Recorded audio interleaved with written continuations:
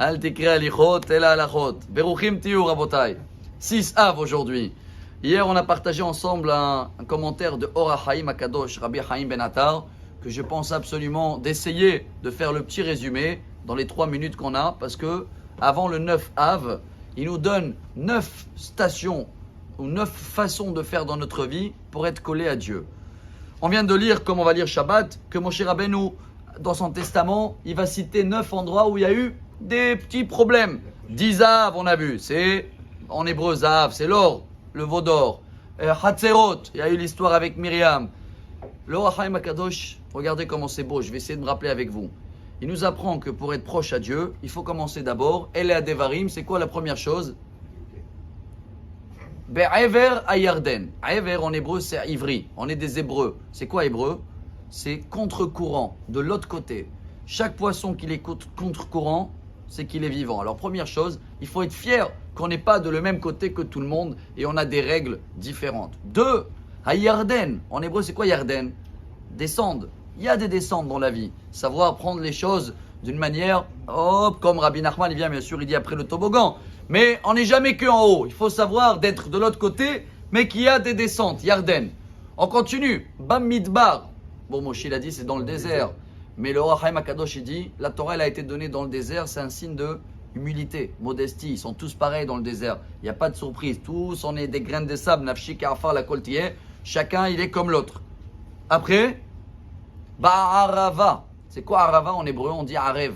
Agréable et garant. Parce que notre modestie, elle sera agréable. Pas une modestie, non, moi je suis rien, je suis pas capable de l'aider. Ça, c'est une fausse modestie, chers amis. Et Arev, garant.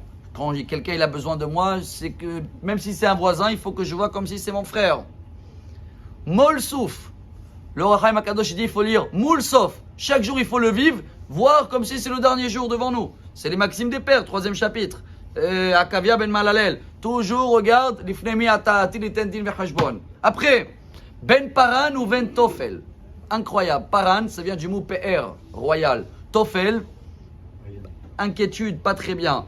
Il nous apprend le Or HaChaim Akadosh que notre cœur, malgré qu'il doit être inquiet, ou on a des soucis, ou même inquiet de ne pas faire des péchés, mais que dans le visage, ce sera la classe. Tu vas avoir toujours le sourire. Il ne faut pas que ce que tu sens dans ton cœur, il se reflète dans ton visage. On termine avec les derniers.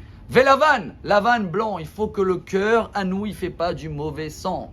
Tu as des problèmes, quelqu'un, tu as une histoire avec lui, enlève ça pour avoir le sang qui va circuler comme il faut. À la fin, va Hatzerot.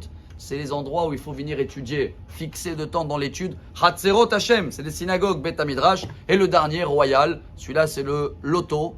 Vedizav. D'abord il nous dit 2 choses. 1, Daï, la course après l'argent. Daïzav. 2, il dit, chacun de nous est déjà millionnaire. Comment? Combien il vaut un rein? On a fait les calculs hier. Combien il vaut un poumon? Combien il vaut le foie? Et le cœur, on est arrivé que si quelqu'un il doit les acheter, c'est plus qu'$1 million. Alors on est tous des millionnaires. Regardez comment le Or HaChaim Akadosh il nous dit dans des petits codes, dans des petits mots que Moshe Rabbeinu nous apprend, quel est le chemin qu'on doit prendre. Si on arrive à le faire, ces 9 points-là. Si Dieu veut le 9 Av qu'il arrive, on va le fêter ensemble, Bezrat Hashem à Jérusalem. Bonne journée. Amar Rabbi Elazar.